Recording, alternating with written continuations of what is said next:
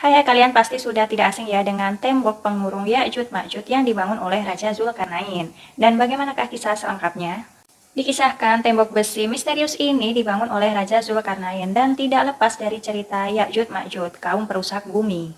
Dijelaskan bahwa tembok penghalang itu berada di antara dua gunung dan dibangun oleh raja yang saleh yaitu Raja Zulkarnain. Raja Zulkarnain saat itu mengembara dalam jarak yang sangat jauh.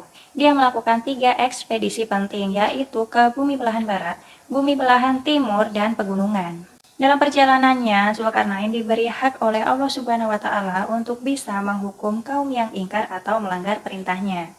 Dia juga membangun tembok besi untuk melindungi rakyat suatu negeri dari kekejaman Ya'juj Ma'juj. Dalam surah Al-Kahfi ayat 93-97 disebutkan, ketika Zulkarnain sampai di antara dua gunung, dia bertemu suatu kaum yang hampir tidak mengerti pembicaraannya.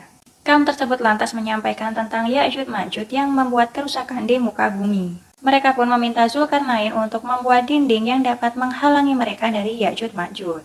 Ya'juj Ma'juj juga disebutkan dalam Al-Quran. Kehadiran mereka merupakan salah satu dari 10 tanda besar hari kiamat. Dijelaskan bahwa Ya'juj Ma'juj merupakan makhluk yang Allah ciptakan dari keturunan Nabi Adam alaihissalam. Terkait ciri-ciri Ya'juj Ma'juj masih sulit dijelaskan ya, dan masih menjadi misteri.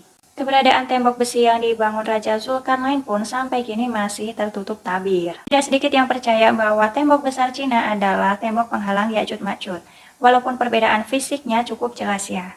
Tembok besar Cina dibuat dari susunan batu, sedangkan tembok Zulkarnain terbuat dari besi yang dicampur dengan tembaga. Hal ini tergambar dalam surah Al-Kahfi ayat 96.